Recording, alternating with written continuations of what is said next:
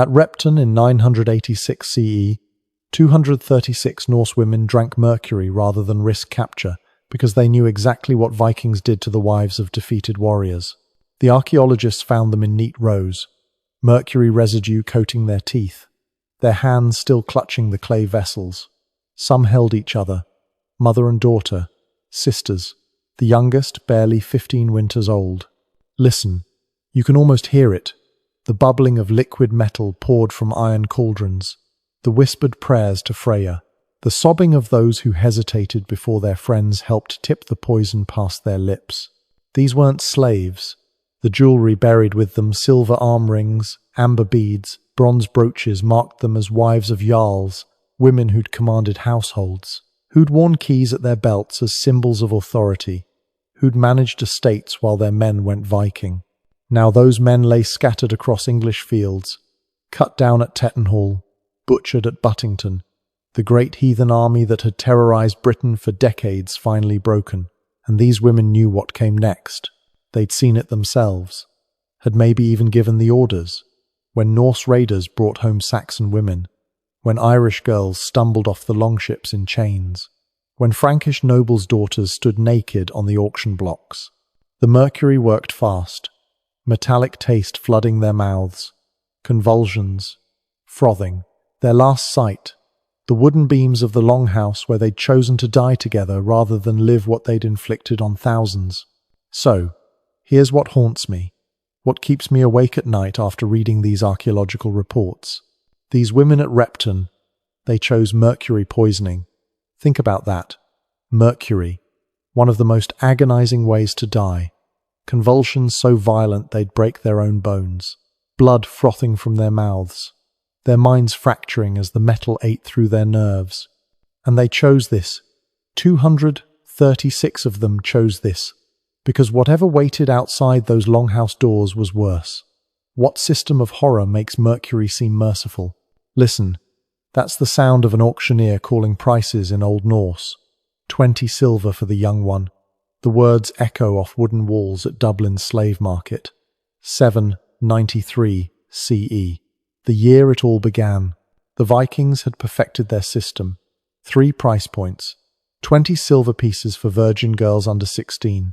15 for proven breeders. 10 for anyone over 30. The auctioneer's voice rises above the crying, above the prayers whispered in Irish, above the clanking chains. Wood Quay. That's where archaeologists found it. The infrastructure. Not some makeshift operation thrown together by raiders. Purpose-built warehouses, stone foundations, drainage channels carved into bedrock, iron rings bolted to walls at precise intervals. This wasn't opportunistic. This was industrial. The shackles tell their own story. Different sizes. The archaeologists catalogued them, measured them, weighed them. The largest ones, standard iron, but the medium ones, specially forged. Narrower, lighter, sized for women's wrists.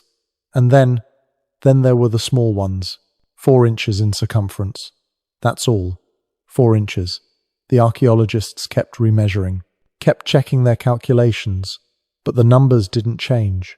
These shackles were made for children, for wrists the size of a modern 7-year-old's.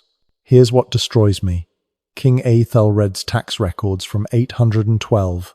He taxed the slave trade, made it official. 2 silver pieces per head sold through English ports. The bureaucracy of horror. Customs officials stamping documents while girls stumbled past in chains. The holding facilities stretched 300 feet along the Liffey. Separate sections, the virgins kept apart, their value depended on it.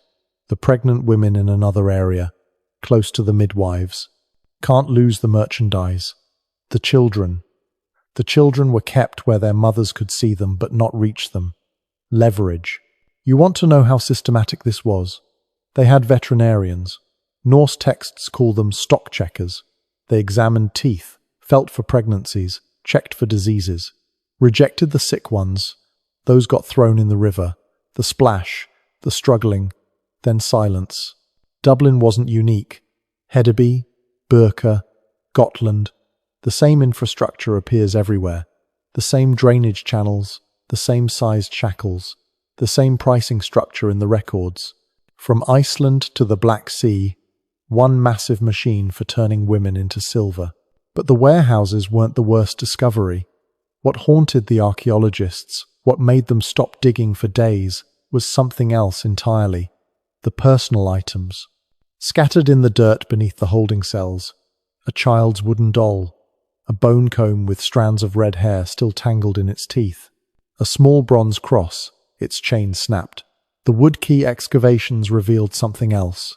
Scratches on the walls, in Ogham script, in Latin, in runes, names, prayers, messages. Bridget was here. Christ have mercy. Remember, Ashling. Some carved with fingernails until they bled. The walls were covered. Generations of women leaving their marks. But here's where it gets worse. The drainage channels. At first, the archaeologists thought they were for waste. Standard urban planning. Then they found the bones. Infant bones. Hundreds of them. Washed into special collection pits. Because newborns had no value. Couldn't survive the sea journey. Bad for business. The smallest shackles told a different story. Some were decorative. Etched with patterns. Expensive metalwork. These weren't for Irish peasant children. These were for the daughters of nobles. Of kings. Special orders from buyers who had a particular tastes. The Dublin market ran for 3 centuries. 300 years. Do the math. 20,000 women and children per year, based on tax records. 6 million souls. That's not a raid. That's not warfare. That's an economy. And the buyers? Norse settlers, yes, but also Saxons, Franks, even Byzantine merchants. The market books survived in fragments. Names, prices, destinations. Astrid, 16 winters, virgin, sold to Sven Forkbeard, 35 silver. Human beings reduced to inventory lines. What archaeologists found in the drainage channels would rewrite everything we thought we knew about Viking infrastructure. The drainage channels weren't just for waste. Listen closer. Hear that echo. Stone carved at precise angles, water flowing in controlled streams. The Dublin excavation team expected medieval sewers. They found an engineering masterpiece. 820 CE. The year Vikings turned slavery into science. Those channels? They connected everything. The auction blocks to the warehouses to the docks to the ships. One massive system designed to move human cargo without losing a single piece of merchandise. Water drips through ancient grooves. Each drop carries its own memory. The archaeologists followed those channels underground, mapped them. What they discovered made them call in specialists. Hydraulic engineers. These weren't random ditches. The gradient was calculated. 2% slope. Just enough to carry waste away, but not so steep that it would erode. But here's what stopped them cold. The channels split. Main arteries for general waste. But smaller channels, barely 8 inches wide, led somewhere else. The team followed them, crawling through centuries of sediment, their headlamps catching the chisel marks still fresh on the stone. The channels led to collection pools. Limestone basins carved from single blocks. Why would slave traders need filtration systems? The answer was in the sediment, layers of it.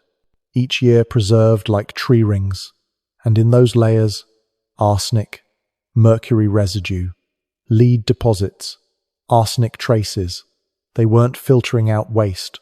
They were filtering out poison. The warehouses above told their own story.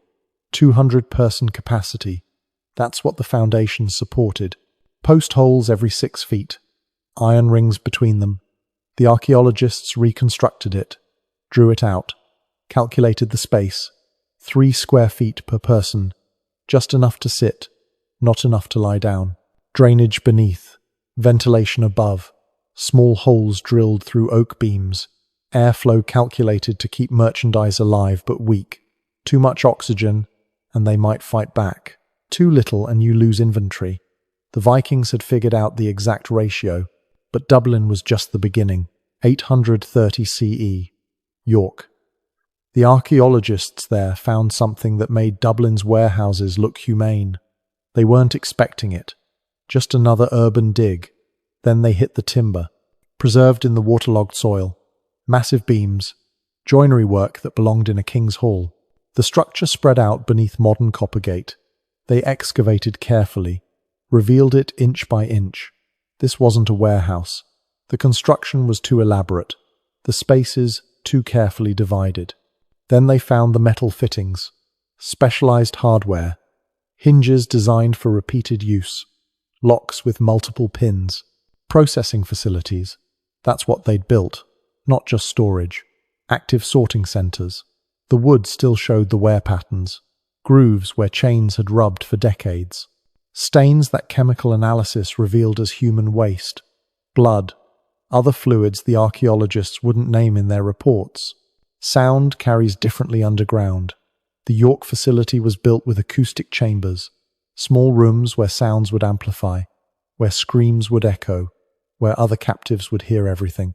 Psychological infrastructure. Break them before they ever reached the ships. The restraint systems weren't random either. Different configurations for different purposes. Standing restraints along the walls, horizontal platforms in the center, overhead beams with pulley systems. The Vikings had industrialized every aspect of human degradation. But wait, the trade routes. That's where the real infrastructure investment went. 840 CE. The eastern routes opened. Constantinople, Baghdad. Markets where pale northern women brought premium prices. The logistics stagger the mind. 3,000 miles. Open ocean. River systems. Portages. How do you move human cargo that far? The answer was in the ship modifications. Archaeologists found them in Hedeby Harbour. Preserved keels. Hull configurations that didn't match any known cargo vessels. These ships had been retrofitted. Extra beam width. Lower deck heights. Ventilation systems built into the hull itself. They calculated the capacity. 50 to 70 women per ship. Stacked in tiers. Just enough headroom to sit upright. The ventilation gaps would let in sea spray, salt water, keeping wounds from healing, preventing infection from spreading too fast. Everything calculated. The Dnieper route revealed more infrastructure, way stations every 40 miles, fortified compounds, fresh water sources, slave pens built to standard specifications, the same drainage systems, the same restraint points, the same collection pools. From Novgorod to Kiev to the Black Sea, one continuous pipeline. Each station had its specialists. Ship provisioners who knew exactly how much food kept captives alive but dependent. Medical staff who could treat injuries that might lower value. Guards trained in subdual techniques that left no visible marks. The Vikings had created entire professions around human trafficking. But the infrastructure went beyond physical structures. They developed financial instruments. Credit systems. A woman taken in Ireland could be sold on promise in Constantinople. Letters of credit. Standardized pricing. Insurance against loss in transit. The birth of international banking, written in human misery. The archaeological evidence keeps mounting. Specialized tools. Branding irons with merchant marks. Scales calibrated for human weight. Manifest logs with pre-printed columns. Species. Age. Condition, origin, destination, sale price, like shipping forms, but for people. In York, archaeologists would uncover something that made Dublin's warehouses look humane. The archaeologist's gasp echoes through the excavation pit. Her headlamp catches something that shouldn't exist. York, Coppergate. What they're uncovering beneath the medieval street makes her reach for her supervisor. 64 cells. That's what they found. Each one 6 feet by 4 feet. Stone walls between them. No windows. Drainage channels connecting every chamber. The supervisor arrives. Takes one look. Orders everyone out except the senior team. This wasn't a prison. The construction was too specific. Too specialized. They mapped it room by room. Photographed every detail. The wear patterns on the stone told their own story. Grooves worn smooth.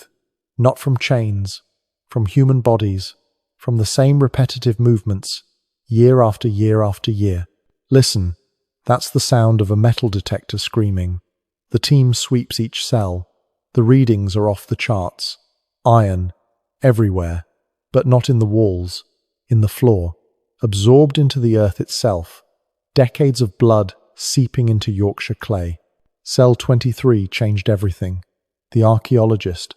Her name was Dr. Sarah Whitfield. She was the first one in. Her breath fogs in the underground cold. She's documenting the wall scratches when she sees them. Tiny finger bones, infant finger bones, pressed into the mortar between stones. The cells weren't empty when found. 876 CE. The year the York facility opened, the Vikings had learned from Dublin, evolved their methods. This wasn't about storage anymore. The bone evidence revealed the truth. Pelvic scarring, calcium depletion.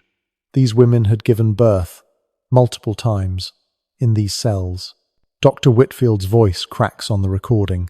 Subject shows evidence of 4 to 6 pregnancies. Age at death, approximately 22 years. Malnutrition indicators present. Repeated trauma too. She stops. Can't continue. Another team member takes over. The layout made sense now. 64 cells arranged in a square. Central courtyard with drainage. Guards could monitor everything from one position. But monitor what? The answer was in the artifacts. Feeding tubes. Restraint hardware designed for pregnant women. Midwifery tools.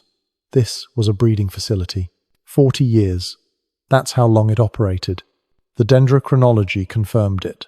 From 876 to 916. 40 years of forced pregnancies. 40 years of stolen infants. 40 years of women dying in 6x4 stone cells. The DNA evidence destroyed every comfortable myth. These weren't all foreign captives. 30% showed Norse genetics. The Vikings were breeding their own women too.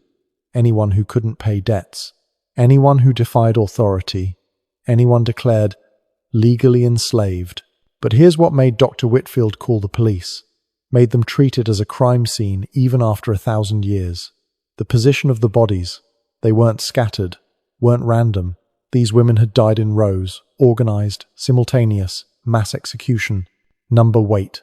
The toxicology revealed something else. No violence markers, no weapon trauma. These women had been poisoned. Mercury in their bones. Just like Repton. They'd chosen the same escape. Church records revealed the unthinkable. The York Minster archives. Father Benedict's accounting scrolls. 900 CE. Right there in Latin. Received 40 silver pieces for rental of adjacent properties, for use by Norse merchants. The church owned the buildings next door. The church collected rent. The church knew. Pages rustle as researchers translate. Every payment recorded. Every year accounted for. The facility generated £200 of silver annually. Tithes were paid. 10% to the church. Blood money sanctified. The breeding program had quotas. 12 infants per cell per year. That's 768 babies annually. Where did they go? Transport records from Jorvik's docks answer that. Ships left monthly. Cargo manifests list young stock. Destination, Iceland, Norway. The Rus settlements. Wherever Norse families needed. Slaves raised from birth. Loyal, obedient, never knowing freedom. Dr. Whitfield found something else. Personal items hidden in wall crevices. A bone needle. Thread made from human hair. Tiny garments. The women had been sewing baby clothes. In the dark. By touch. For infants they'd never see again. The excavation revealed the sorting area. Newborns evaluated within hours. Males to one side. Females to another. The weak ones. Those drainage channels served multiple purposes. The archaeologists found the tiny bones downstream. Hundreds of them. But wait. The technology. 900 CE and they had running water. Heated floors. The hypercourse system usually meant Roman influence. But this was Norse engineering. They'd invested in infrastructure. Made sure their breeding stock survived winters. Maximized output. The medical facilities shocked even hardened archaeologists. Surgical tools. Birthing chairs. Herb preparation areas. They'd employed healers. Kept the women alive through multiple pregnancies. Prolonged their suffering for profit. Cell 41 held one final revelation. Scratched into the stone. Not in runes. In Latin. Elfgifu. 23 winters. 6 suns taken. My soul dies with each. Below it, in different hand. She stopped eating. Day 40. We sang her to Valhalla. My soul.